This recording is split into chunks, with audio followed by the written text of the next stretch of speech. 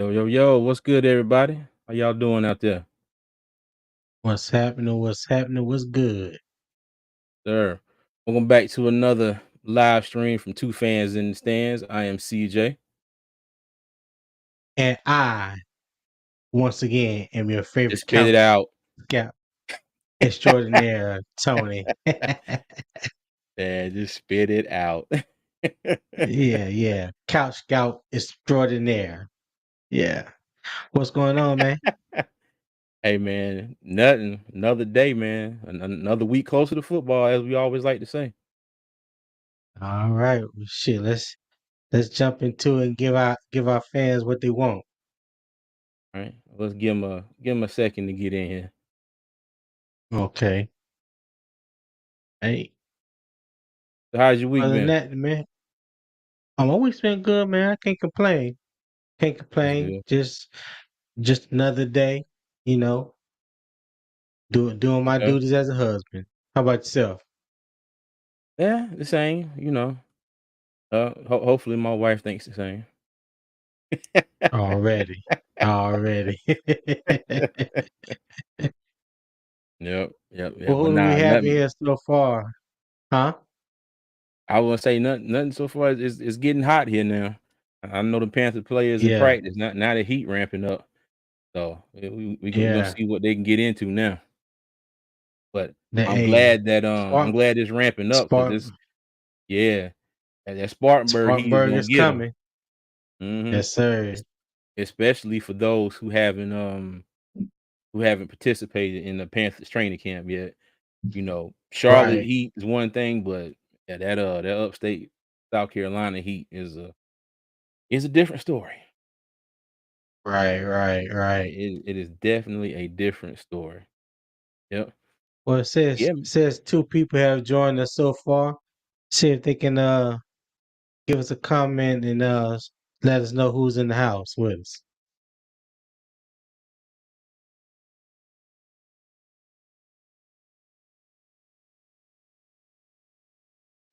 Look, maybe they shy. No willing participants, huh? I get it. I Well, get shoot. it.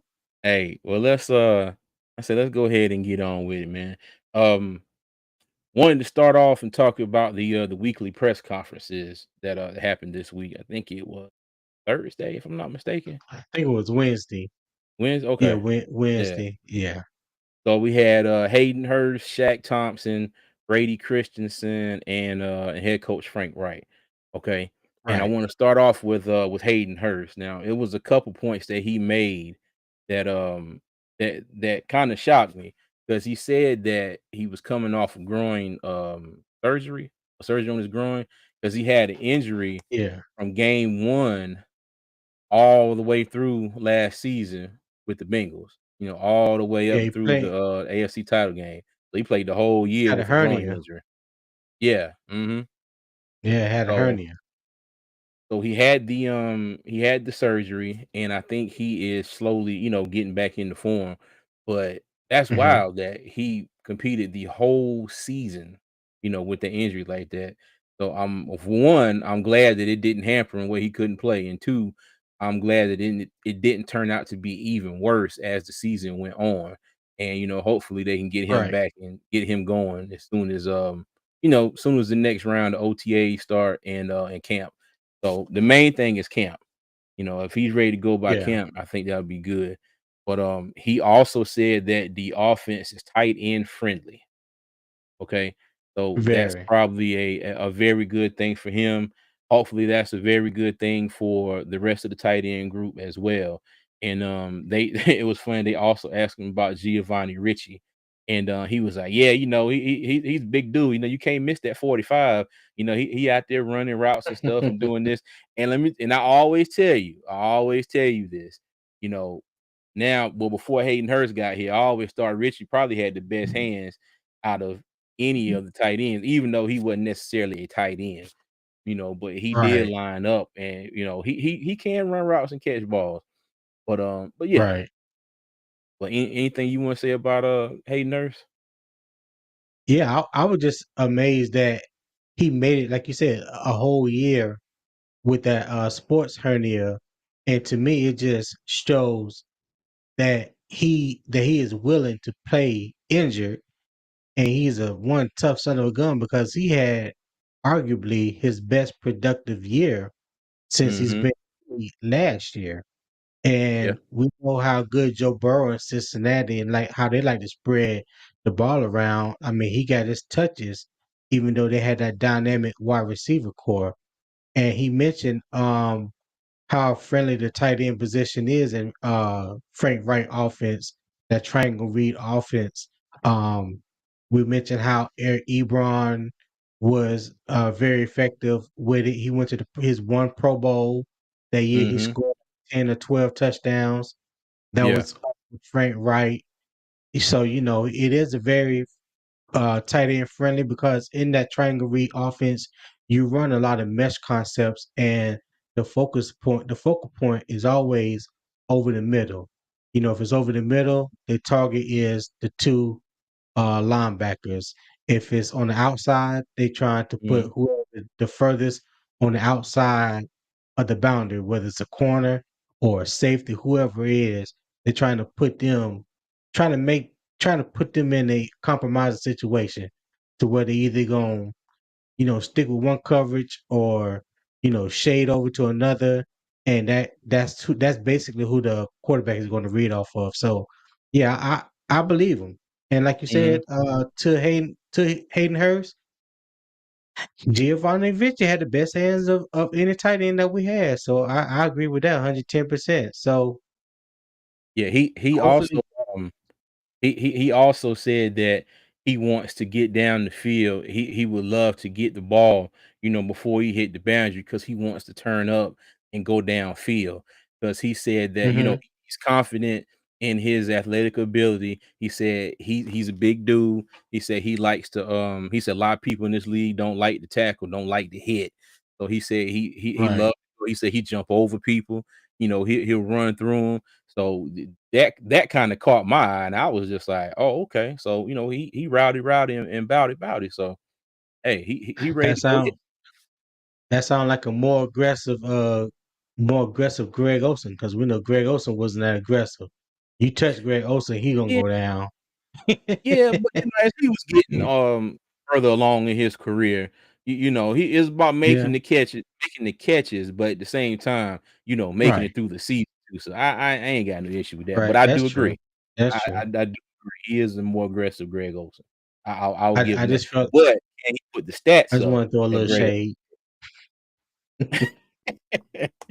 Well, nah, don't throw no I just shade at want the to throw a little shade. starting tight end. Nah, don't do that. Don't do Okay, that. all right. Yeah. I ain't gonna But, do him like that. All right. another little tidbit too, he's only had 2 seasons where he was the number 1 tight end. He had 1 season in Atlanta, and then Kyle Pitts Right. came in.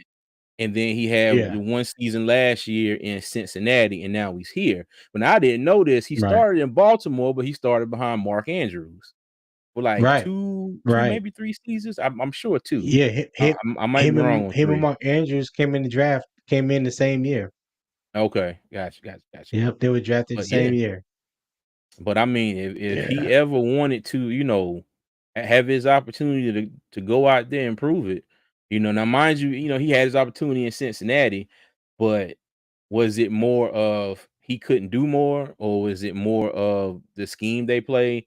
And man, you gotta think now. We know he played with a groin injury or sports hernia, the entire season. So did that hamper him? Right.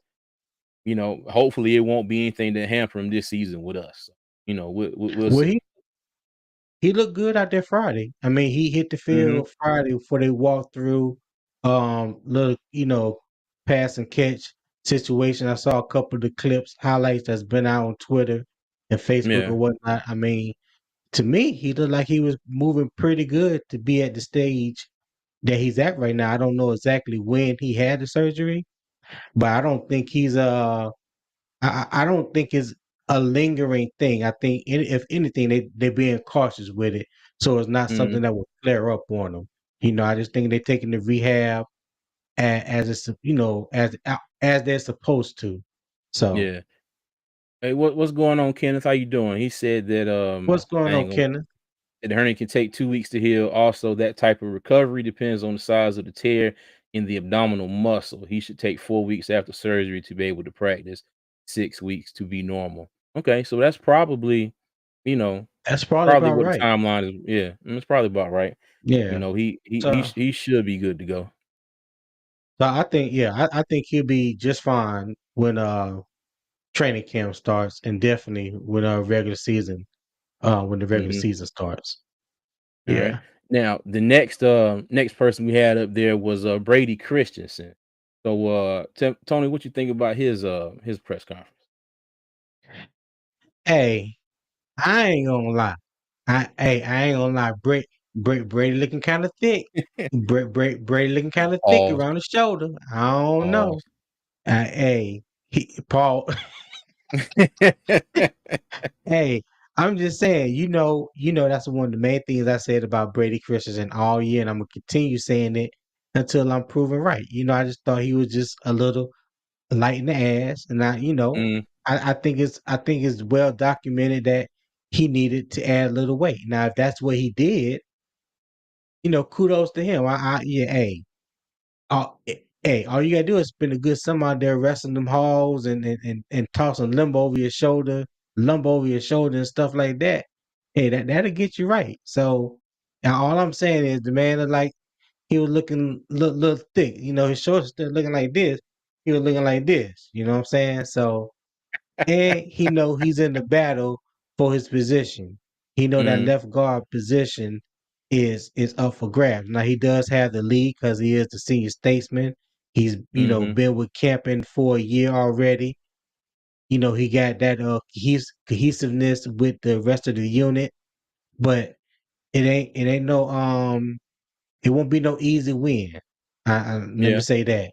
'Cause I think Chandler Zavala will be right on his heel. What you think about that? Well, I kind of agree, and I'm rooting for him because he came in under Matt Rule, and they acted like they didn't know what they were going to do with him. Oh, can he play Right, guard? Can he play tackle?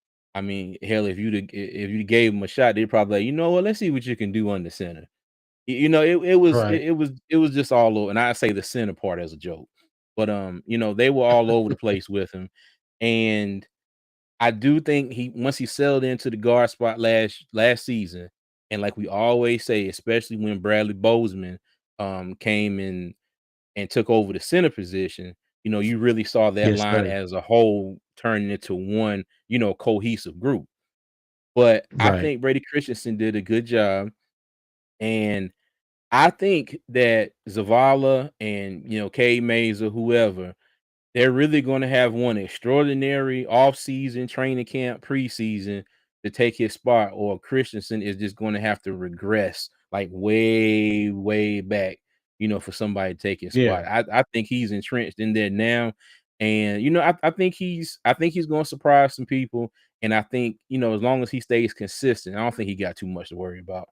But, I do one thing I did take out of that, they asked him about Cade Mays, and, he was saying that he like how he's been working, it's like he's got the size, he's got the athleticism, but now, he's working on refining his technique. And, Right. Right. the thing is he can play all 5 positions. So, now they're not giving away nothing now, but does that mean, that they got him set in at one spot? We don't know because our backup center technically now was Sam Tecklenburg. So we got Right. backups at each position. So, does that mean that they found something for him? We don't know. But the versatility that he has probably going to be key, and it will probably come in handy, down the road. So, but yeah. Yeah, I definitely feel his versatility is key. When coming into the league, some was saying that he's a better right tackle than guard, and some saying Hmm. that center, he's a better center than any other position. But just the Yeah. fact that he has that versatility, he can play all three positions from the center to right guard to right tackle. I mean, that's invaluable. You know what I mean? I Hmm. mean, if anything, he's going to have a long career just because of his versatility. And Yeah. as long as he continued to refine his technique, his skills. He, like you say, he has the size, he has the height, he has the strength. He has that mean streak in him. Just Mhm. keep refining that technique, getting better and better. We already know Austin Corbett's not going to be there the first probably the first half of the season. So Yeah. there's a great chance for him to step in, show improve, and you don't know what kind of dilemma and what kind of situation it would cause the Panthers to have or Mhm. decision to make. Let me say that. What Yeah. decision Carolina will have to make once Austin Corbett come back. Because if K Mays is playing that good, I mean, do you pull him? I mean, I don't know. You know what I'm Yeah, saying? exactly. So Mhm. he right now he has the best. This is the best time in the world for him to show what he can do. So Indeed. it's Indeed. there for him. Yeah. Now, I also wanted to bring up, the next person, which was Shaq Thompson. He had his press conference. Okay. Now, let me, let you get your thoughts on him, and I got a little bit of a clip of that I wanted to play because it was kind of, it was funny to me and telling all in the same clip, but go ahead. I'm gonna let I'm gonna let you talk about Shaq first. Now Shaq, you know, like we said early on, it early on after the season, even during the season, we thought it was going to be pretty difficult to bring Shaq Thompson back only because of the cap hit. You know what I mean? Mhm. Yeah. Um, Somehow I didn't think it was possible that for them to redo his contract and add a year onto it. That never crossed my mind. But I was Mhm. glad that they were able to work something out to make it not only cap friendly for the team, beneficial for the team, but also beneficial for him as well. Yeah. Plus he said he wanted to be here. He said Frank Wright and Scott Federer was calling him every day. Was like, "Hey man, we want you here. We want you here. Let's try to work this out." So he felt like that was very important. And he said he's a big loyal guy, so he wanted to go to war with his brothers. This Mhm. is who he has developed with. I know Thomas Davis and Luke Kuechly is not there anymore, but now, like I said before, he's the elder statesman now on the Yeah. defense. He's carrying that torch. So these his guys, and he want to go to war with his guys. So I respect him for that. Okay. Gotcha. Gotcha. And I just wanted to Yeah. add to that, um they also asked him about the switch to the 3-4 defense, and he said that Yes. it's not that big of a switch to him because they played it in Rivera's last season, and he said it's more, they're able to go out there and be more free and a little bit less thinking. So I don't think the transition for him is going to be, that big of a deal.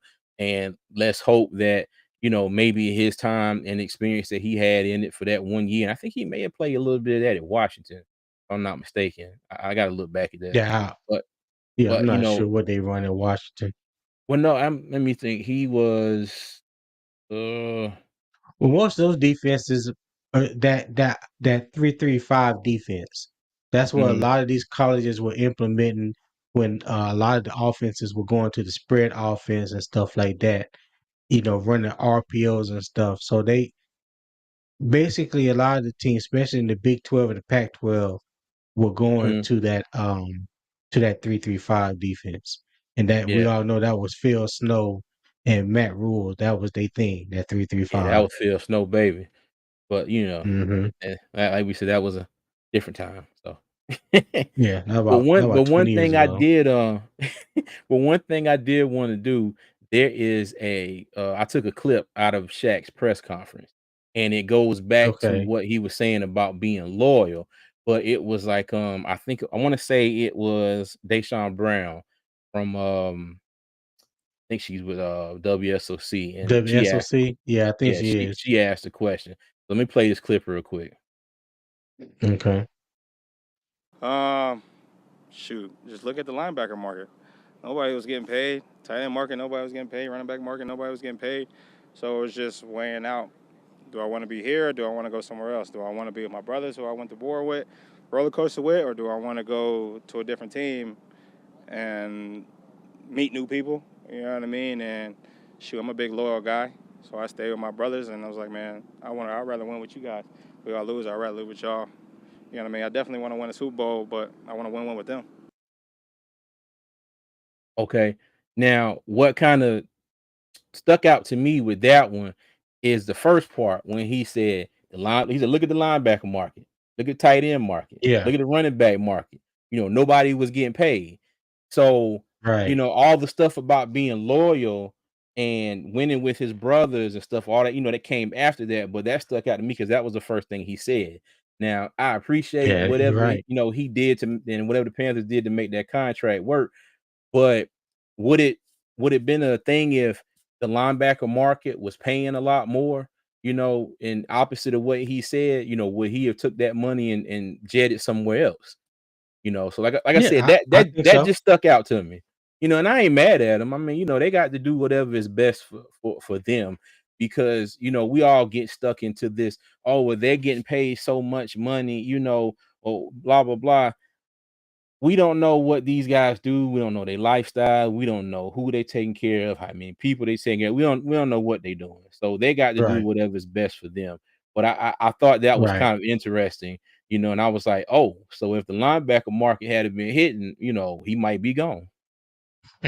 He might be, and like you said, you can't be mad at that. You know what I mean? Mm-mm. You can't be mad at that because at the end of the day, it's a business, and it's a business on both ends.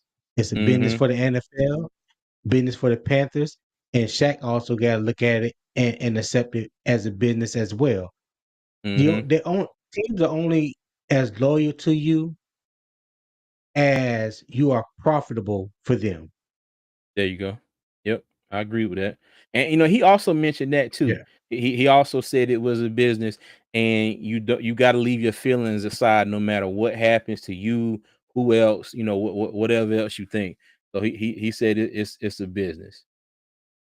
The Ken said yeah, Shaq is 29. How much time does he have playing? 2 to 4 years. Yeah, that's a fair yeah, shake. Yeah, yeah. need that chick T. Hey guys, what's up, T? How you doing?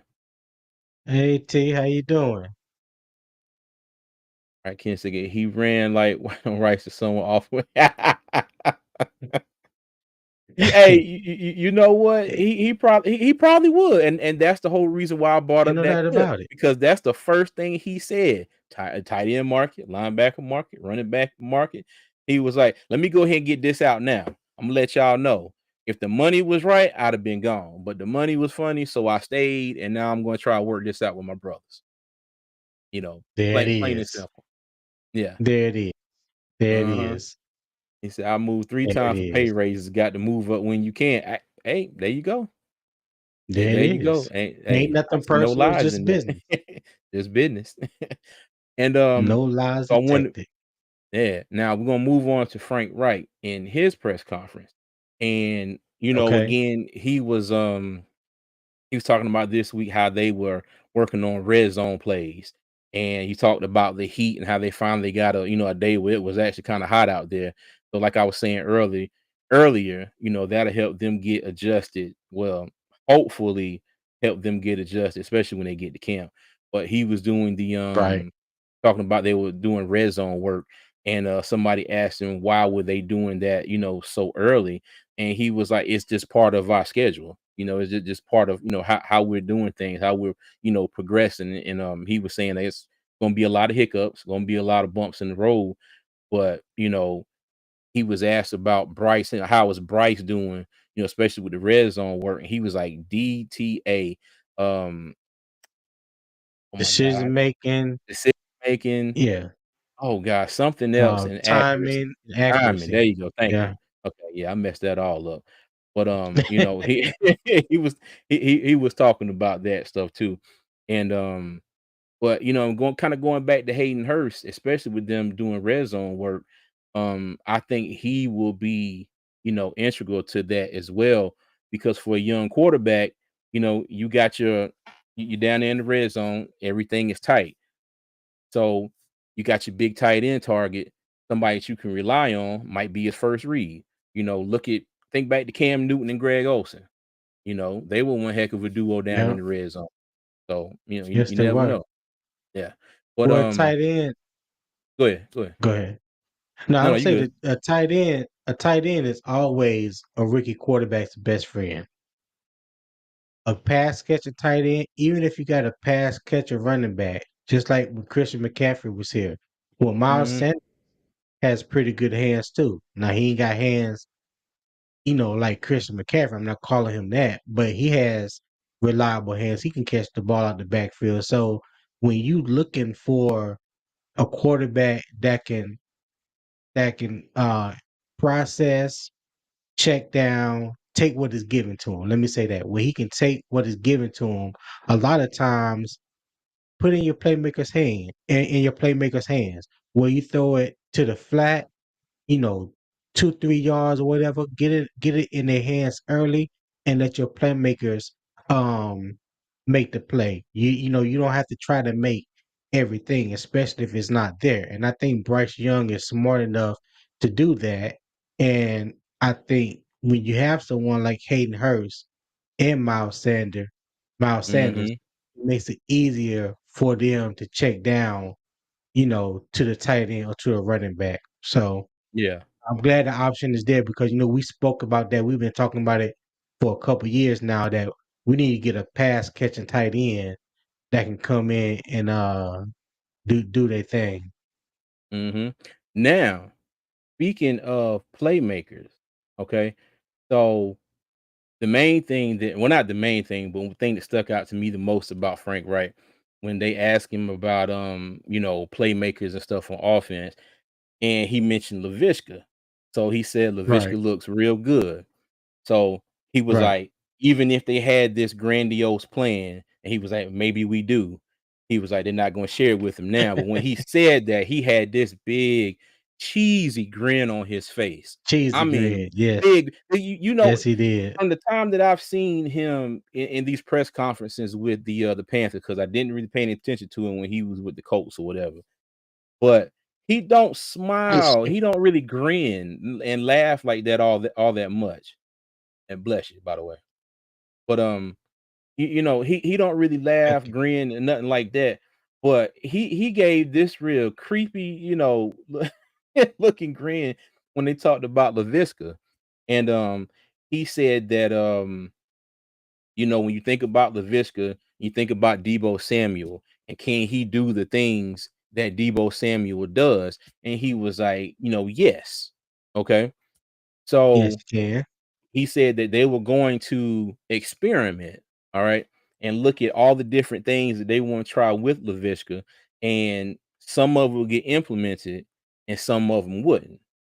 But I just Right. thought that was, I thought that was a key moment in the press conference because it kind of starts the Laviska talk and everybody comparing them to Deebo Samuel.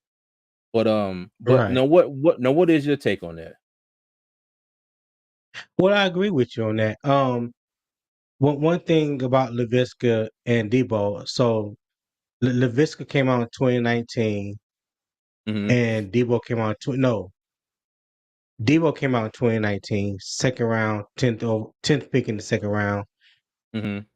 I'm sorry. He was the fourth pick in the second round. Laviska Shenault was the 10th pick in the second round of 2020. Hmm. So when you compare it to, Laviska is a little bit taller, 6'1", as opposed to 5'11" for Deebo. A little bigger. He came out like 225, 230. Deebo came Hmm. out like 215. Now Deebo does run a little faster. He ran a 4.48 at the combine when he came out of college.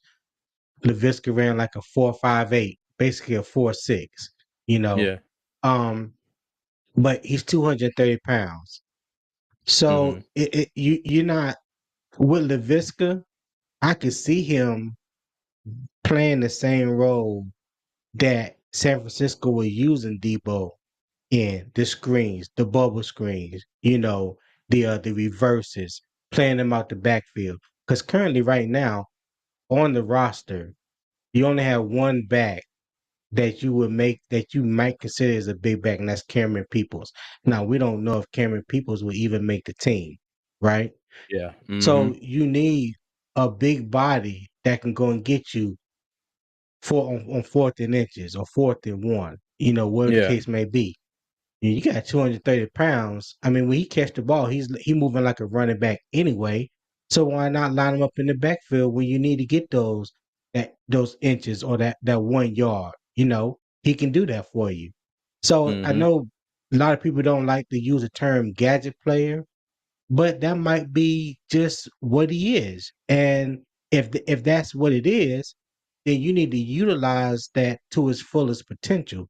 Don't Yeah. let talent go to sit on the sideline and go to waste. You know what I Mhm. mean? When Yeah. you talk about versatility, here's a receiver that can possibly, in some cases, line up in the backfield as a running back for you as well. So Mm. that that Yeah. that that brings versatility. They both like to block.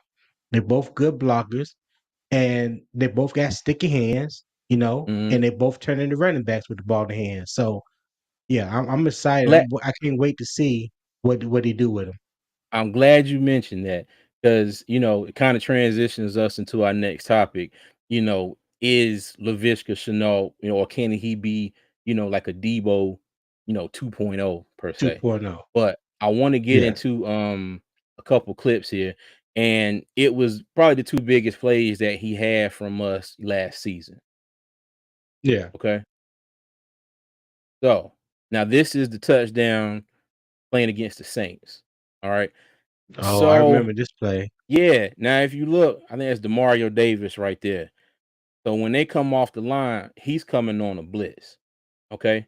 Right. So whoever is up here on the slot receiver, um, let me just play it because it's like The Baker does a safety. pump. Before you play it, I can tell you Uh-huh. that safety came down, and he Yeah, came the safety down came down. too late. I think that was Mm-hmm. PJ Williams. Yeah. Number Yeah. 26. He Mm-hmm. came down too late because the slot he took DJ Moore. DJ Moore came on like a little crossing route. So Mm-hmm. pump fake, he hit Chenault. Okay, so now this is why I say he can't. I'm not going to say Deebo 2.0. I'm going to say Laviska is going to be Laviska Chenault. Okay, because I think we need to Okay. start giving these guys their praise. Like he's going to be him.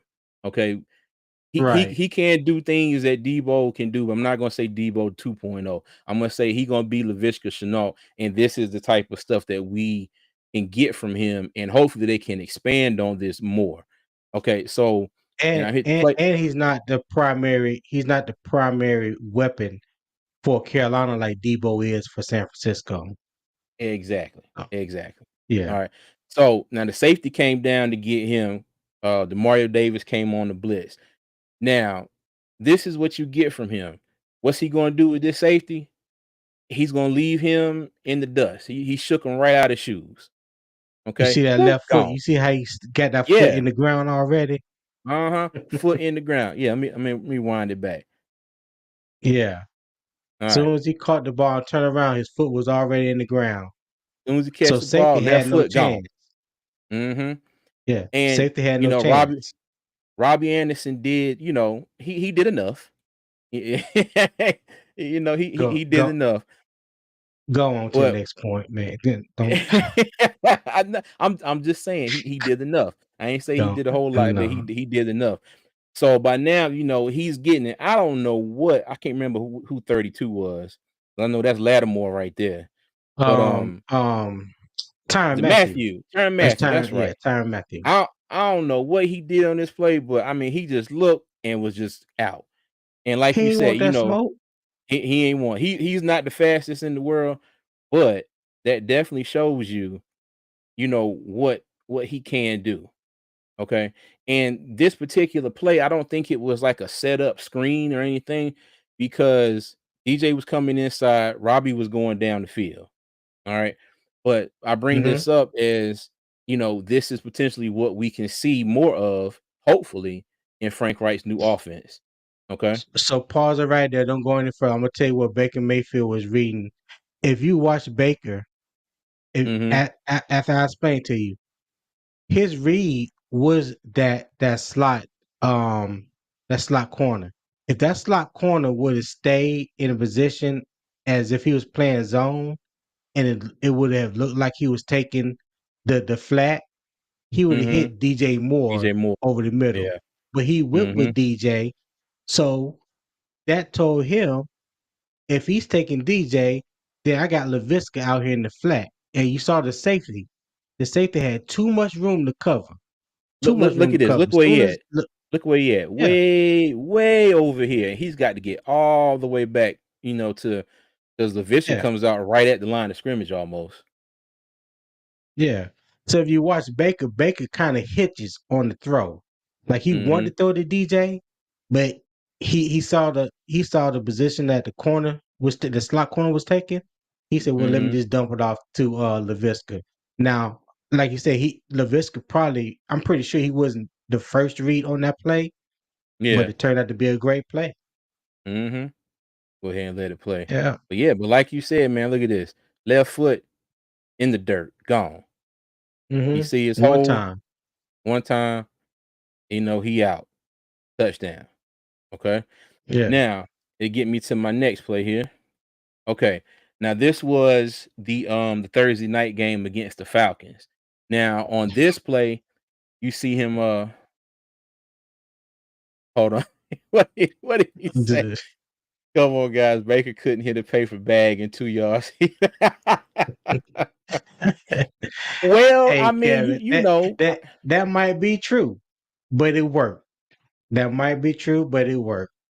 yeah, yeah, I mean, I ain't in the business of giving Baker Mayfield too much praise, but on that play, Right, he got the ball to him. He did about 5%, and Laviska did the other 95. So we'll leave it at right, that. But what did right. Kenneth say?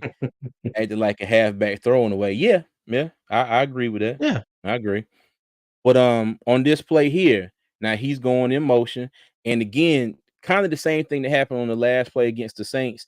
If you look at this corner right here, the corner in the slot, he's about to come on the blitz. Okay, Mm-hmm. so he Well, motions in the you backfield. can. What's up? No, I was gonna say you could just tell that he Mm-hmm. was coming on the blitz because you could see the safety Creeping lined over. up over the corner. Yeah. Mm-hmm. Now this one was much more, of a like design screenplay. So he goes in motion, he comes back through the backfield.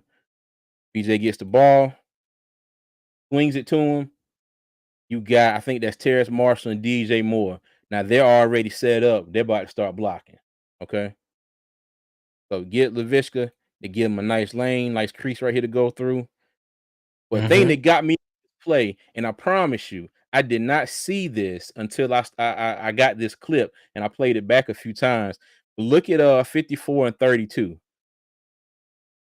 Yeah. Did not realize they took each other out. And I did not I realize that I they took each other out in their play. I don't think But I ever paid that no attention either. yeah, I mean, like you go back and it looked like 32. I don't know his name. He might have had him, but I don't know if whoever 54 is actually knew he was right there next to him because he clipped him right in the foot and it took both of them out.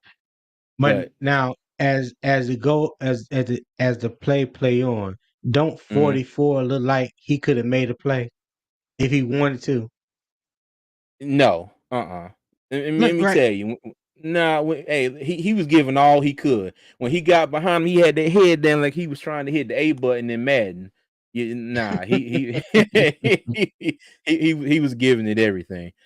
But I bring those plays up because I think that Chenault can have a breakout year. And when I say breakout, I'm not gonna put any, particular numbers on it, but I think he will have a much, much, much, much bigger impact than he did last year. Because as you can see, when he got in the game and when they got him the ball, he made plays in space. And I think this is one more Right. piece that Bryce Young is going to be able to take advantage of being a rookie quarterback. What better Yeah. what better, thinking you have for a rookie quarterback is somebody that all you got to do is turn around, swing the ball out to them, and they make a play. And what else that does? that helps your completion percentage because you completing a high percentage pass. I don't care Mhm. if it's tall, in the flat or screenplay or whatever. Like I said, get the ball in your playmakers' hands and let them make plays. You don't have to go and try to do everything yourself. If it's there, Mhm. take it. If it's not, you know, drop it down to your tight end, linebacker, whoever, and let them do what they do because they get paid to make plays just as well as the quarterback. And I think Bryce Young Indeed. is mature enough and smart enough to know that, and he can handle the situation. Oh yeah. Oh yeah. And Clutch K Man said, I look forward to seeing what these coaches come up with. Hey, so do we. So do Yeah, we. so do Because we. Jack Thompson spoke on that too. He said it's 200 plus years of combined experience on on his coaching staff. So, I Right. don't want to get ahead of myself. I don't want to speculate too much, but I really just I can't help but feel a little way more optimism about this upcoming season than I've had for any season in quite a while. Okay. And rightfully so. Mhm. Now you know what? I don't know. All the clips that I've What seen, I haven't seen him catch any like any deep balls down the field. All the clips I've seen right. have been catching out. He can catch, yes. Now I don't know what kind of a deep threat he is as far as the stuff I've seen of him in the The NFL.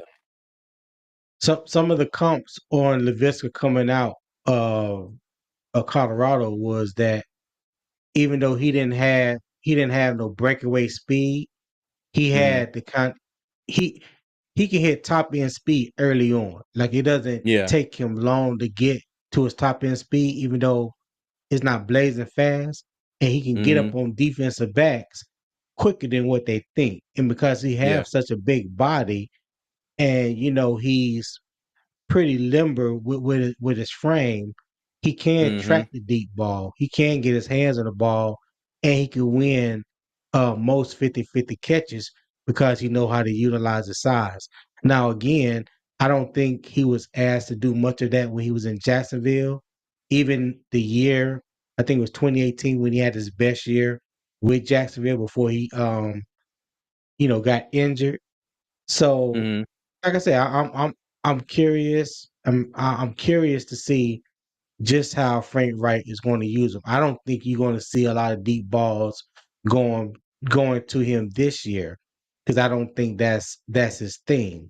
I think Mhm. his thing is blocking, intermediate to um over the middle type plays, things like that. The same thing with Jonathan Mingo. So when you're talking about short yardage, yeah, that's right, Mhm. Kevin. That yak. Cause that's what he Yep. can give you. He can give you that yak. And just thinking about it burns me up. This is what I wanted out of DJ Moore. I wanted to see more yak yards after catch from DJ Moore. He Yeah. had his moments. Don't get me wrong. He had his moments. Everybody know about the infamous play that he had against the Cowboys with Michael Parsons, like he knocked his head off and Mhm. he did a Spider-Man pose and kept going, didn't touch the ground. Okay. That was here and there. You know what I'm saying? Mhm. He just didn't do it on a consistent basis like I thought he would. Yeah. I get And you. I get you that. and he didn't strike fear in wide receivers um to make them not want to tackle them. Mhm. When you see Laviska Chenault coming, like he want the smoke. He Yeah. hope he wishing you would try to tackle him. You know what I'm saying? Yeah. Like he Mhm. got that kind of mentality. And I was just hoping that DJ Moore would be like that with the ball in his hands. Now, when you mentioned, he gets his speed going early, you can see that in both of those plays. He catch the ball, he put his foot in the ground, and he take off. So now he doesn't have Yeah, that speed later on in the route that he's running. But by the time he gets himself going, he's already made the angles for the defenders coming to get him. Just I ain't gonna yeah, say impossible, but the probability of them getting to him and tackling him is a lot less, and I think that has a lot to do with his Right. initial burst. When he gets the ball and gets gone, and then everybody's like, "Oh crap, we got to go this way to catch up with him," but then that angle is bad. So, but yeah, Yeah. let me bring up a comment here. For sure said, "Do you guys think we need another defensive end? If so, who?" Um, I do think we need another somebody who can play like defensive end slash edge. Now I'm not sorry, outside linebacker. Kind of Right. maybe like the combo of the two. Now I do think we need another one of them. Needs some help. And for those of you who haven't already, we had a whole our last video was actually about this subject when we talked about, do we need another defensive end or a cornerback with whoever's left in on the free agent market. But to answer your Right. question, yes, I do. And Yannick Ngakoue, who played with the Colts last year, would be somebody I'd like to see them bring in. Leonard Floyd is another one, but Gross Matos is making that transition to outside linebacker, and I don't have any faith in it just yet. But and I think it's warranted because we haven't seen anything yet. Now I hope the brother Right. goes out there and proves me wrong. I hope he proves me all the way wrong.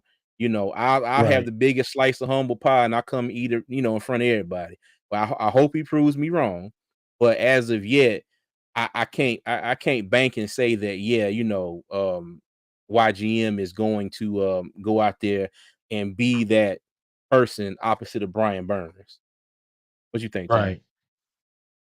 Yeah, my choice would have been Leonard Floyd. So if you just asking about defensive ends, yeah, I think Hmm. Leonard Floyd. I think he plays the run better than Yannick Ngakoue. Um, so that's who my choice would be, Leonard Floyd. Yeah. But our knock on Gross Matos is, he can sort of set the edge, but his pass rush has been like just A inconsistent lot and to just desire. yeah, and hasn't really shown up when we needed to. And Tony has said this before that if you go back and look at his tape from Penn State, he did a lot more damage standing up coming off the edge because and with the Panthers, he's down in what the 3 technique coming off 3-point the edge stance. as a defensive end. So maybe this Yeah. transition, maybe him standing up, maybe something. But like I said, I haven't seen anything yet that's going to make me feel like, yeah, he gonna hold it down opposite Brian Burns. Well, we'll definitely know come preseason when they put when they put them pads on, and it's time for Mhm, live action. We'll know exactly where he stand, where he's at. So yeah, that's what I'm waiting for right now. mhm. They in the shorts Olympics can't tell anything. Yeah. Now, getting on to our next topic, and this is kind of sort of that's sort of a throwback. Not really a throwback, but a throwback to stuff that happened before. Now, I did read an article where they said the Panther fans were going off on Twitter and they were like, what was the Panthers' biggest what if moment? And we did a Yeah. series kind of like what if, but we were trying to focus on, the what ifs that are fairly recent to what's going on now. But, they kinda took it all the way back, and Tony, I'm gonna kick it to you first. What was your biggest what if moment in Panthers history? Mine was Super Bowl 50. Mhm. And I say that because there were a lot of what if moments in that game. So you can't just stick or put your finger on one. But I chose that game because that's a game and that was a time where we had more than enough opportunity to win that game. Mhm. Even though it didn't start out like we wanted to. So let me say it like this. We gave the points that we gave up, our offense gave up to their defense. Their Yeah, defense outscored their offense. they did. Our defense did what the hell they were supposed to do. All Mhm. right. Yeah, They shut down Denver's running game, passing game, all that. but you got to pick one So though. I did the game. So so The I whole got game. sub ones. So I got Okay, sub so 1.1. no, not just give me one moment from that game. Give me one Oh, moment. That's the biggest what if moment from that game. the Because as you biggest said, what there if was a moment lot in that of them in game. it. Biggest what if moment from Super Okay. Bowl 50. The biggest what if moment Super Bowl 50 is the catch that Jericho Cotchery made that was overturned that they say wasn't a catch. But when you go back and look at it, Yeah, even Ray Charles, he called that'd have been a me catch. and he said that was a catch. Yeah. So if Ray Charles could see that was a catch, damn it, I'm going with it. So that was my biggest what if moment. Okay. All right. Yeah. Now I'm make What was this your big quick. what was yours? I'll be real quick with this Oh, one. Mine was if John Casey, what if he hadn't kicked that ball out of bounds in the other Super Bowl that he went to?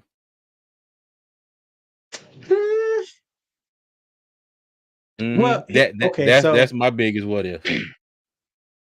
that's true. That and I get that. That can be a big what if. But the thing is, if it was anybody else besides Tom Brady, Mhm. and they came and did what Tom Brady did as Yeah. far as bringing his team, putting his team in field goal range, Mhm. I would go with that. But that was Tom Brady, so I don't think it would have mattered. I don't think it would. I don't think it would. I don't think it would have mattered that Uh-huh. much what John Casey would have done.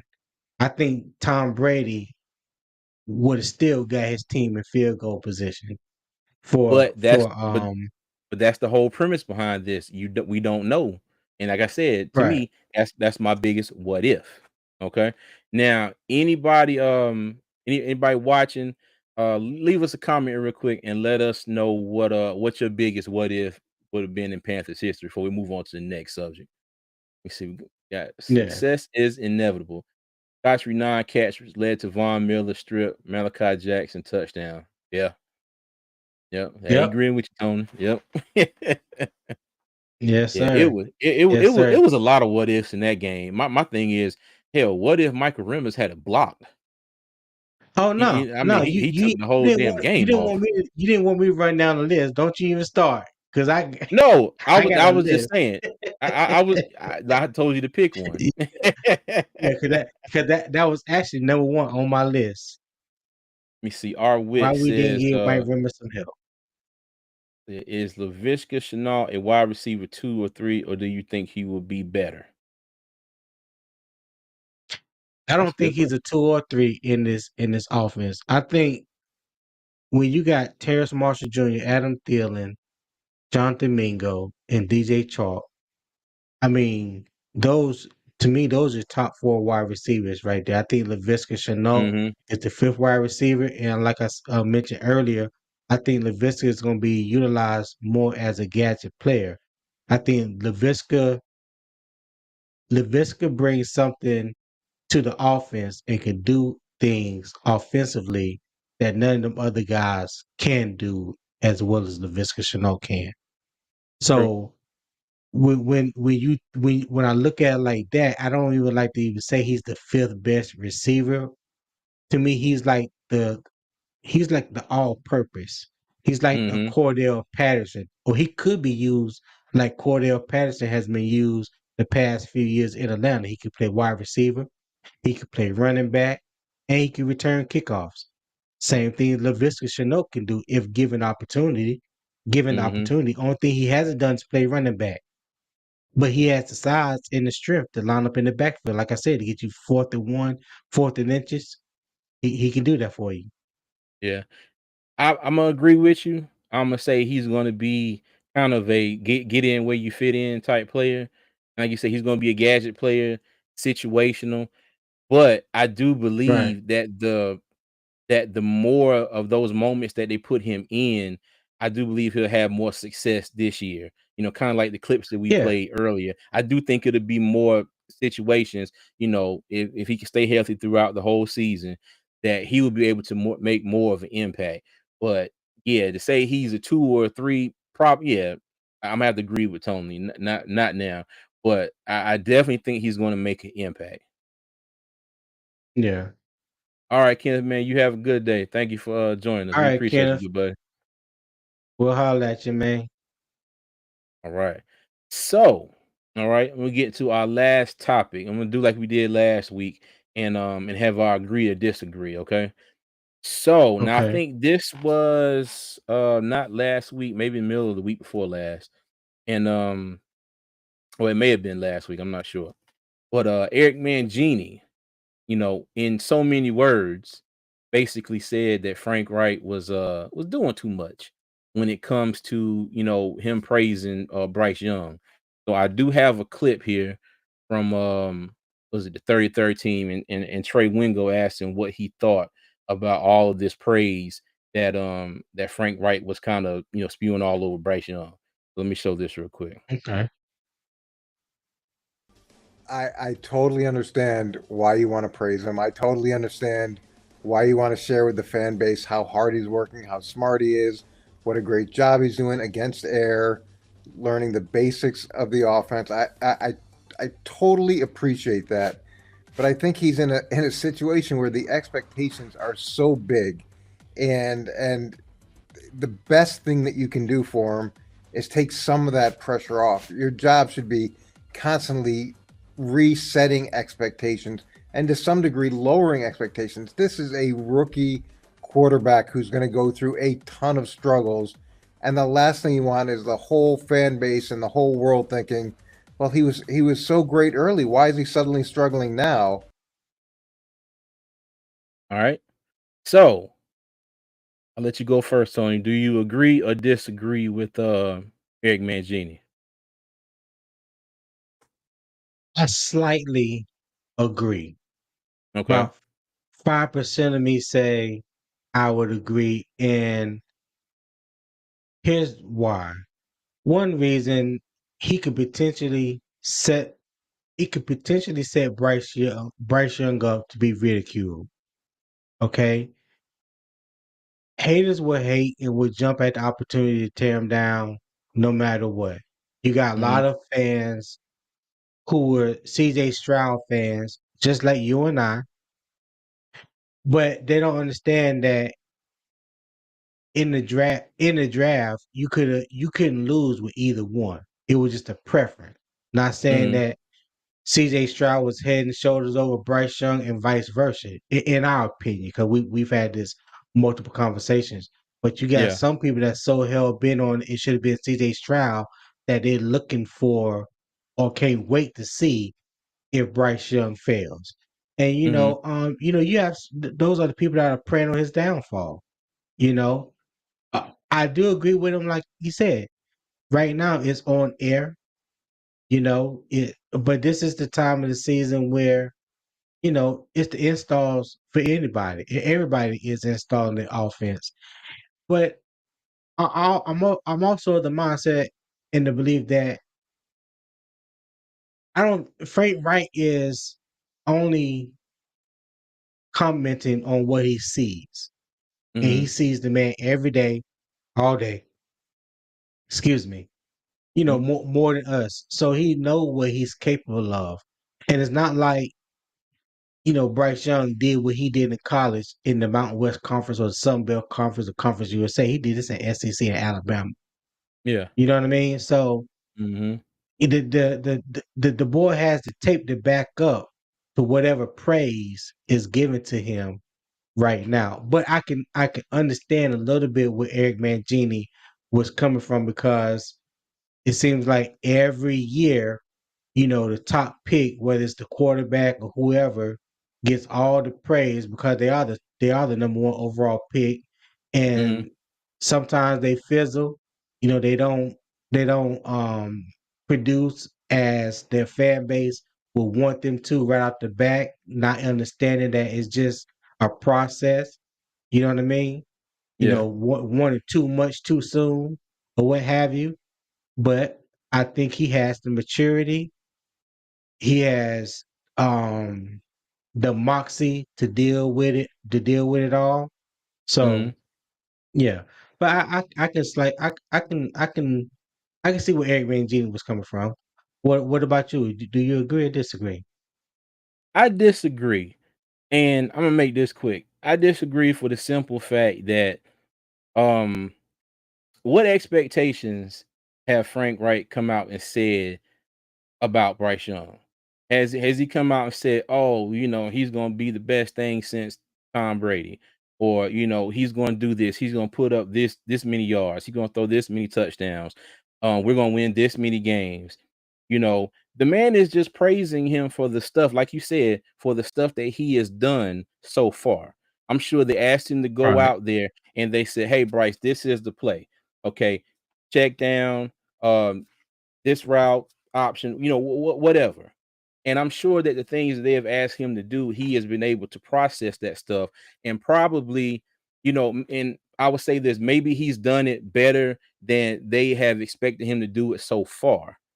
Okay. right, And he's picked up on everything that they have thrown at him. So for him to come out and say, he's been a 10 out of 10, it's just that. I don't think that's putting too much pressure on him. I don't think it's giving it too much praise. I mean, and I just think about me and my own personal life and when I'm at work, I mean, if I do something and I do it, if somebody asks me to do something, okay, and I right, do it and I do it above their expectations, and they say, "Hey, that was a great job," blah blah blah. Cool, thank you. You know what? I appreciate that. That's going to make me go into the next task, especially for that person, and want to do it even better because I know, okay, cool, they appreciate what I'm doing, and that's I see the same thing here. I mean, if the man's going right, out there and doing exactly what they're telling him to do, why not praise him? Okay, it ain't nothing wrong with making that man feel like he's doing what he's supposed to be doing. Okay, we all know he's going to have struggles. We know that he's not going to be perfect out the gate. Stuff right. is going to happen. He's going to lose games. He's going to throw interceptions. But I mean, it's OTA's. Like you said, they out there throwing to they out there throwing to the wind. In that first clip that they showed OTAs a couple weeks ago, he hiked the ball and he turned around and did a fake handoff and kind of did like this little, light jog around the corner. And everybody made a big deal Yeah. about that. But it's just let him be him. And I don't have no issue with Let what that Frank man be Wright's doing. great. Yeah, I mean, if Right, like I said, Frank Wright ain't come out here and said, "Oh, from what I've seen, he's going to win 13 games this year. He's going to throw only 2 interceptions and he's going to have 45 touchdowns." And I know I'm just right, spitting right. numbers out, but it's not like that's what Frank Wright's come out and said about him. He Right, said that he's from what they've asked him to do, he's been a 10 out of 10, and I ain't got no issue right. with that. No, All right. I don't have no issue with that. I just like I said, just based off history, and we have a very fickle fan base. You know what I mean? Our fan base is very sometimey, and like I said, there are people out there that want to see him fail. Yeah. Mm-hmm. Yeah. What's so And the crazy sad? thing Oh, is, oh, go ahead, Tony. no, I was just reading what success is inevitable said. What's sad? So Yeah. called Panther fans hating on Bryce downfall just so they can say the Panthers should have gotten CJ Stroud. To the fans, go cheer for Houston. Mm-hmm. I 100% Yeah. agree. And I and on our 100% agree. channel, going up to the draft, me and Tony were team Stroud. That was who we Right. wanted them to pick. But we also said no matter who they picked, whether it was Bryce or CJ, that's our quarterback, and we're gonna be all in for him. But I success is inevitable. I do think you're right. I think that's 100% spot on. Some people are mad Yeah. because they didn't take CJ Stroud. Like I said in previous episodes of our videos, as long as they didn't go out there and spend that pick on Will Levis and Anthony Richardson, no shade to any of them, but just a little bit. But I was happy with either one of these brothers. You know what I mean? Yeah, And exactly. I want to get back because he also made another comment after we started talking about after we started to agree or disagree. He said, "Remember Okay. the last time they said one wide receiver wasn't good enough 2015 when we lost our number one wide receiver in training camp, Kelvin Benjamin. This wide receiver Yeah, group better than this with a better passing quarterback opinion. I completely agree. I completely agree. And we talked about this in our 110% last live. You last know, week. yeah, Yeah, we talked about this last week when there was an article that said from PFF that the Panthers don't have enough firepower at wide receiver to make the playoffs. And I tried to use 2015 as a comparison because in not in the same ways, but this year we lost our number one wide receiver. He was traded. 2015, we lost Kelvin Benjamin to an injury. Now, if you look at right, that wide receiving group on paper and look at the wide receiver group we got now on paper, what that wide receiver group was able to do, I'm not going to say that this wide receiver group is going to take us to the Super Bowl, but I damn sure believe that they're good enough to be able to take us to the playoffs. And I reiterate this right, again when you have Bryce Young, who I would say I think he's already, a better passing quarterback than Cam Newton, was. And I think with some work, Cam could have been better, but there was a lot to be desired from Cam Newton as a passing quarterback. But you got Bryce here right. now, and you got those five wide receivers, plus you got Shi Smith, you brought back Demir Bird, you got Hayden Hurst at tight end, you got Miles Sanders. But yeah, and I think he's got a lot to work with. But I do agree with you. Kevin, you tripping? Kevin said, "Give me He's Ted again, Jr." Hey, let me tell you, if I can open up a portal and go back in time and snatch him back, I'd bring him back too. I agree. yeah, Hey, let me tell you, he shocked the world that season. In my opinion, in my yeah. He opinion, did hey, Ted that. Ginn had double He digit probably touchdowns that year. yeah he was fast, Kevin, but his hands wasn't always consistent. Now that year 2015 was his probably his best year as a pro. Now he tried to capitalize on that and in free agency, and I think who did he go to after he left Carolina? Shoot, wasn't it the Oh God, didn't he go to the Saints? I think it would. Yes, yes, and he did go to the Saints, and he did not have the same type of production that he had Mm-hmm. had in 2015 when he had Cam. That year, Yeah. Ted Ginn showed more production than any year in the league. Mm-hmm. Than any year Yeah. in the league. Yeah. But I will go So back to this too, though, and I say this all the time. Every player is not meant for every offense. Every head coach and every position coach does not know how to put their players in the best positions to make them that's true. successful. Okay. That is so And true. you see, and I say Ted Ginn is an example. Remember, Josh Norman. Remember Josh Norman when he played in Sean McDermott's defense? Okay, man was out there balling. Back there playing at Tampa Yeah. too. He wanted money. Gettleman didn't want to give him all that money. He went to Washington and got scorched from training camp. Then on, never really heard from him much after that. But again, I go back to No. he was in the right scheme with the right set of coaches that knew what to do with him. And I say same thing about Ted Ginn Jr. That year, they put him in the optimal position to be successful. My thing is you Yeah. saw a lot of Ted Ginn's success taking the top off the defense, you know, Yeah. and that was probably he was probably one of the people that Cam threw a ball and Ted could just run up under it. Somebody Yeah. else, it may have landed 10 feet in front of him, but Ted Ginn Jr. was going to get that ball. Okay, and they Ted took Ginn. advantage of his skill set that year. Yeah, Ted Ginn was another disappointment in Super Bowl 50. Out of 10 balls thrown to him in that game, he only had 3 catches. No, 4 catches for Mhm. 74 yards. And that Yeah. one catch went for like 50 something yards. So he got 50 some yards on one catch. But Mhm. yeah, But yeah, man, yeah. With this coaching staff and the experience that they have, I'm hoping that this is going to be a situation where they know where to put people to maximize their skill set, their strengths and stuff that they're not good at. Don't put them in those positions. But at the same time, when the work is being done at practice and off the field, they're working and getting those players better. That's what I hope from this coaching staff with all the experience that they have.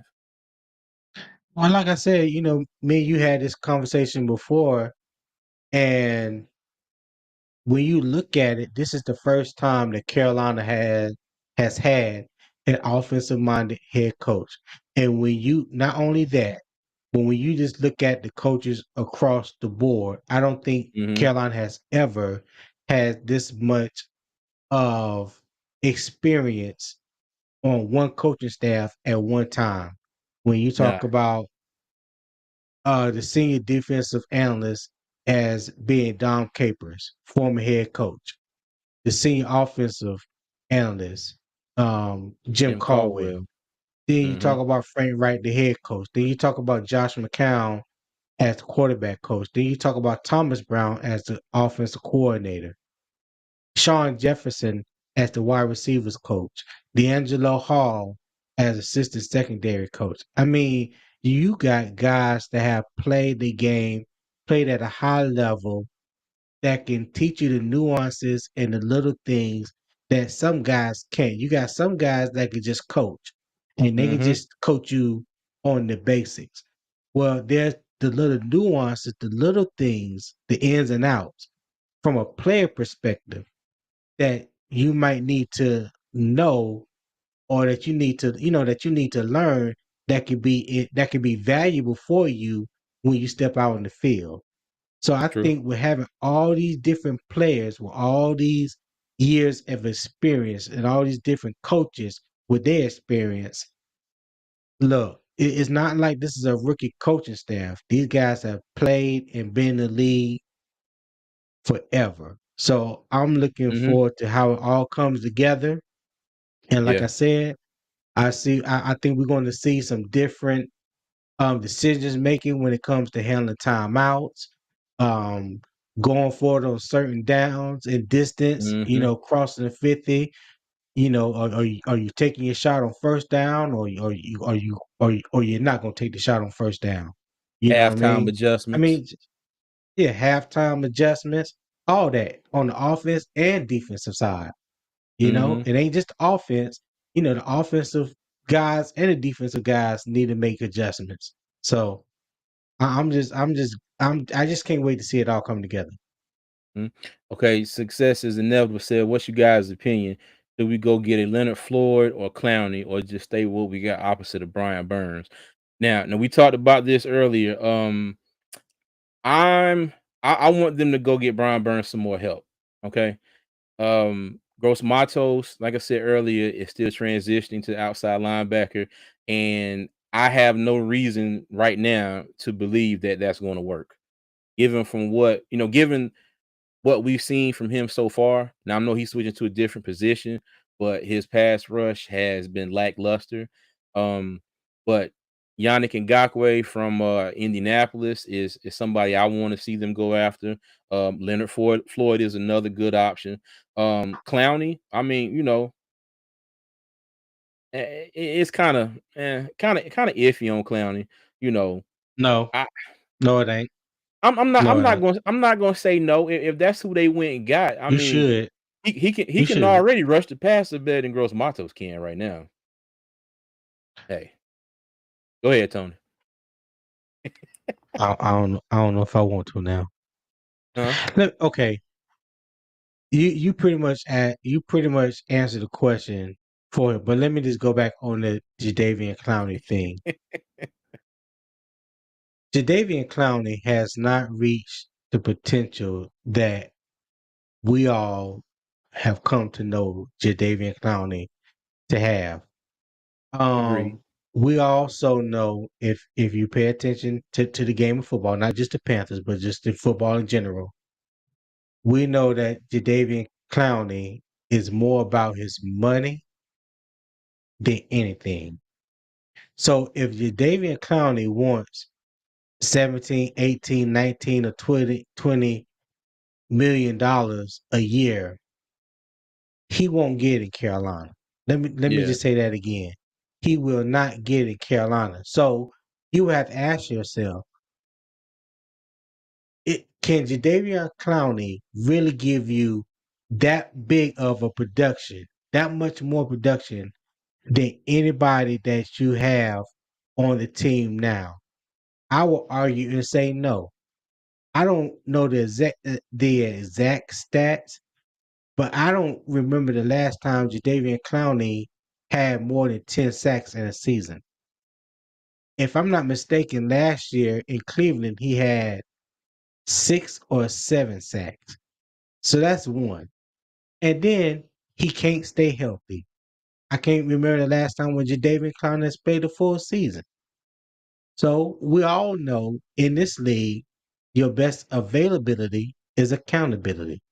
So if you're not going to be there, what do we look like paying you top shelf money for your position when we can't count on you to play 16 or 17 games? Mhm. That the, Yeah. the math don't even out. The production doesn't match the dollar amount that Jadeveon Clowney would want. Now I understand that he can possibly be holding out right now and wait for some other team to have an injury in preseason or training camp or wherever the case may be. I get it. Like I said, it's always a business decision, and you have to do Mhm. what's best for you. But if Yeah. I was the GM of the Panthers, I'm gonna have to do what's best for the Panthers, and Mhm. bringing Jadeveon Clowney in for what he probably wants. That's not a good get because I don't Yeah. feel like we would get our value. Yeah. Now Yeah. I brought up his stats. Now, since he was drafted in 2014, if I'm reading this right, he hasn't had a year where he's had double digit sacks. He came the closest in 2017 when he had 9.5. Okay. So that was his top Okay. year. Yeah. What have and has there been a year where he's played a full season, 16 or Um 17 games? one 2017. Yep. He's Okay. yeah. Yeah. 2017 he played 16 games. How many games did you miss in 2022 and 2021? Let me see. He missed 3 and 5. Mm. Mhm. Yeah. Yeah. But Tone, let So me let me hold on. Let me bring this up. This is when you first started talking about Jadeveon Clowney. Tony said, "Besides your hair, brother, I'm worried about you." hey, Kevin, man. Hey, I appreciate you thinking about me, man. You know what I'm saying? I don't know why CJ like coming with this kind of pressure. For me, we already talked about this. Sometimes he know how I feel about that whole Jadeveon Clowney thing, man. That's a no go. That's a no go. Nope. And I love Alright. Jadeveon Clowney. I remember when he was at South Point, with him, Stephon Gilmore, and Devontae Holloman. Now a lot of people probably don't remember who Devontae Holloman was, but Devontae Holloman played at Independence High School, and he Mhm. transferred to South Point his last year, and he was at South Point with Jadeveon Clowney and Stephon Gilmore. Now Devontae Holloman is the head coach at South Point High School, and Oh, they all went okay. to South Carolina together. They all went to Oh, South Carolina nice. together.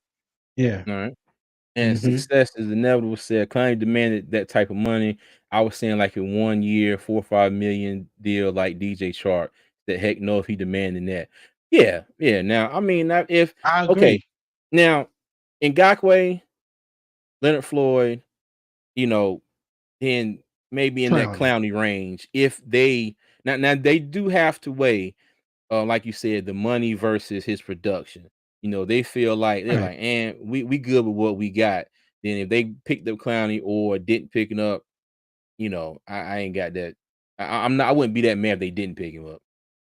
But then you have to remember this, and Shaq, like you said, Shaq Thompson mentioned this in his press conference when he was talking about The markets. the linebacker money, the defensive end Hmm. money, and the running back money wasn't looking that good in free agency this year. So who was the highest paid defensive end in free agency this year? Mm, I don't know. Let me find Yeah, I out. don't know off the top of my head, but I tell you this: when they redo Brian Burns' contract when he gets that extension, it's gonna be close to like 19 or 20 million a Hmm. year. So you gonna tell me if Clowney is still wanting that kind of money? Nah, bro. Nah, nah. Let me see. Defensive end.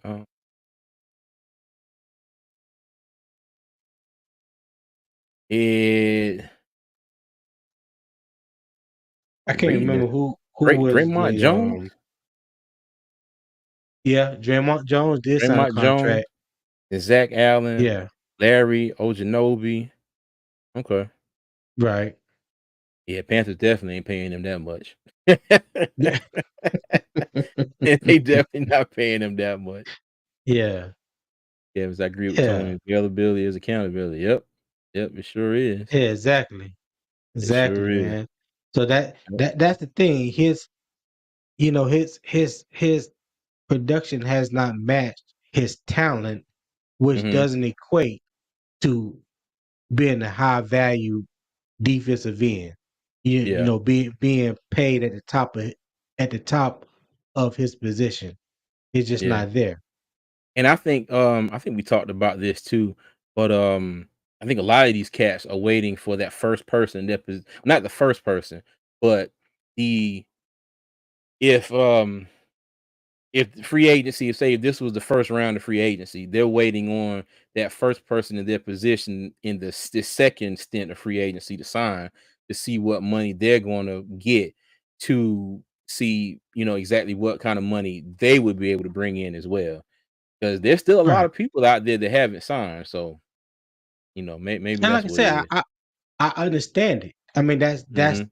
that's the business side of it. You know what I mean? Yeah. And you can never fault anyone for getting what they're worth or trying to get what they're worth. That's what you do.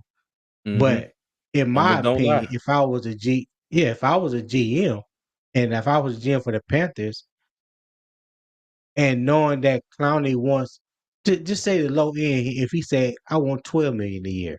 Well, I don't think he's worth 12 million a year. I don't think he's worth 10 million a year. To be honest, he's gotten up there in age. He's not that young fella that he used to be. Okay. And you can't stay injury free. You know, you Yeah. can't stay healthy. So all And that would factor in for me. he said, is that why they haven't done Burns' contract yet? I don't know. I don't think so. I don't think so. Burns is gonna get his money. He is Yes, gonna he get. is. In my personal opinion, I just think that they are. I don't think they're in no rush. I don't think they're in I no think rush, and I think both sides know, what they want to do. Brian Burns know he gonna get paid, and Carolina know they gonna pay him. mhm. I think the smart thing to do is to have the contract done before preseason starts. Oh yeah, Because you're not really risking anything right now implementing the defense, going through OTAs, got another OTAs next week, which is the 15th through the I think it's the 13th through the 15th hmm is the next OTAs. And then you have the mandatory mini camp. But I think by the time preseason come around, now when you talking about strapping on the pads, you know, getting after it. Now you talking about the possibility of risking injury, and we yeah, all know you don't want that to happen. But I think for sure, it'll get done before the first game of the season. Ain't no doubt about it in my mind. oh yeah. I said one in Dutine's question Clowney's work ethic. I'm a Clemson fan, but not going to lie, he is hella talented. Yeah, and that's what Tony was talking about. His hype and his buzz coming out of South Carolina was just epic. It was Epic. epic.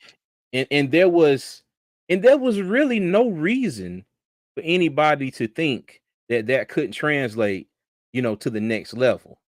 Now, and I think it has to a certain extent, but not to the level that everybody was expecting.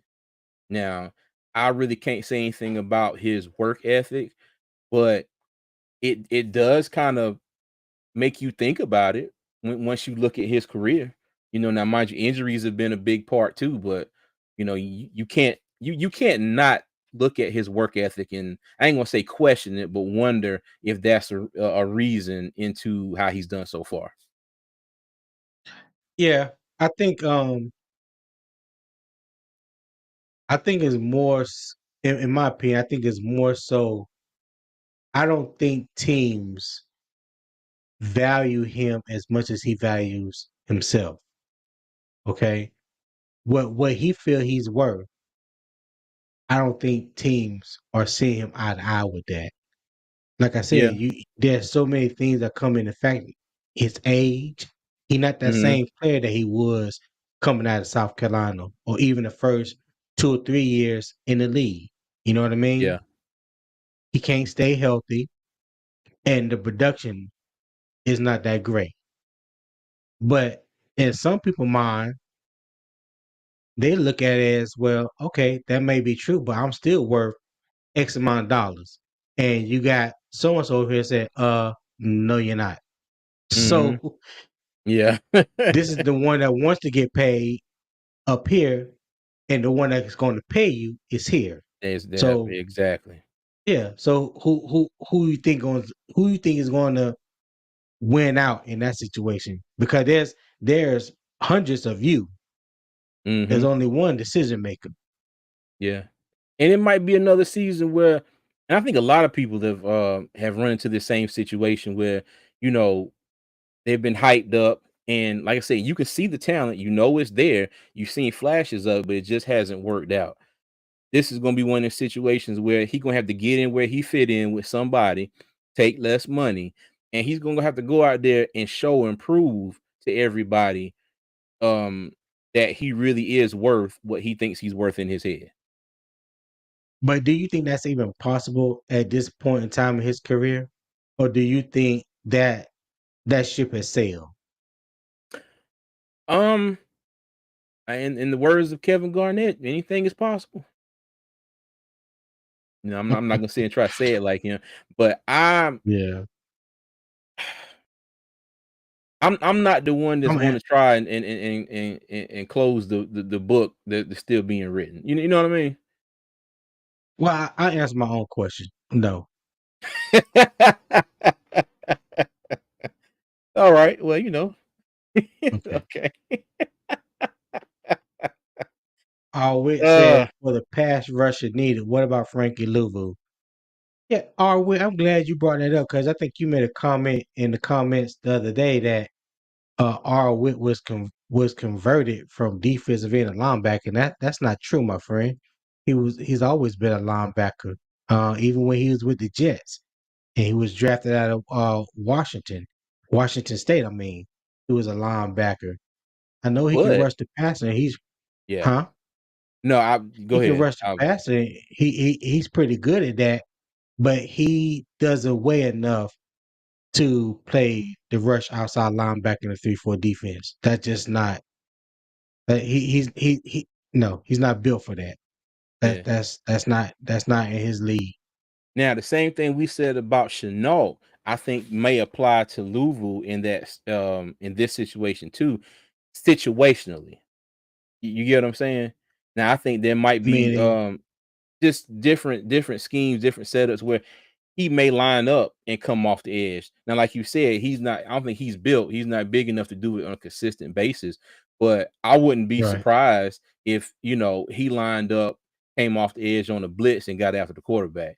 Because as we've all seen, he can get to the quarterback. He Oh definitely yeah. rush. But yeah, for him to be on that outside constantly, no. Yeah. But yeah, you're right.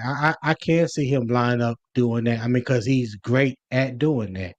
You Mhm. know, he's definitely great at doing that. But on a consistent basis, nah, Yeah. no. But let me tell you, that and cornerback, whoever's opposite of Brian Burns and our cornerback position, I think is our biggest questions on defense going into the year. He said, "You guys going to training camp?"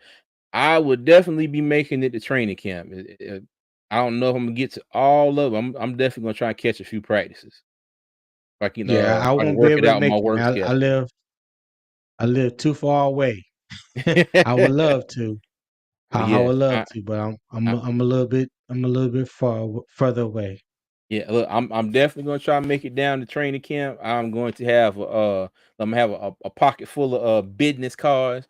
Hopefully I can spread out and get people on the two fans bandwagon. Hopefully they join us. And speaking of that, before we get up out of here, we are currently at 540 subscribers. Okay. So if you're watching this and you haven't Yes. already, please do us a favor, hit that subscribe button, like the video, comment if you haven't already. Go check out some of our past videos. We are working our way to our goal of 1,000 subscribers, and we appreciate everybody who has subscribed already. And also, if the spirit so moves you, our Cash App is listed down below. If you want to donate anything to that, that would be greatly appreciated by Tony and myself. And we will use that to try and make the channel better in the future. We got a lot of ideas, a lot of things that we want to do, and that would definitely help us out in accomplishing that goal as well. But before Yeah. we get out of here, Tony, you got anything you want to say? Yeah, I wanted to give a shout out to our man Kevin Falkery, who was the first to donate to the channel. Man, I just want to say we appreciate you. Thank you. Thank you, bud. Yeah, CJ with the big thumbs up. But like CJ said, man, we just trying to elevate and evolve as time goes on. Like we only been really doing live videos since the season ended. I think we started like at the end of the season. So Yeah. we have a bunch of ideas, things that we want to do, and anything that you can donate will contribute and help that cause. Hey, let me tell you, if you go back and look at some of the videos that we first started with, now we just started this channel last year. I think August was our first video. We come a long way. I think we Yeah, definitely come a long way. If y'all go back and take a look at some of our earlier videos, but yeah, this is fun, and I just want to shout out success is inevitable. I think this might be the first stream you joined us, but I appreciate all your yeah, comments. Every question you ask. Our wit is consistently in the comments on our videos. We appreciate you, Kevin. Let me go back, scroll up through here. We got Kenneth Blair. He yeah, had to go to work, but he joins us every week. For sure was on here, and just everybody. That chick T who made a comment. Let me see yeah.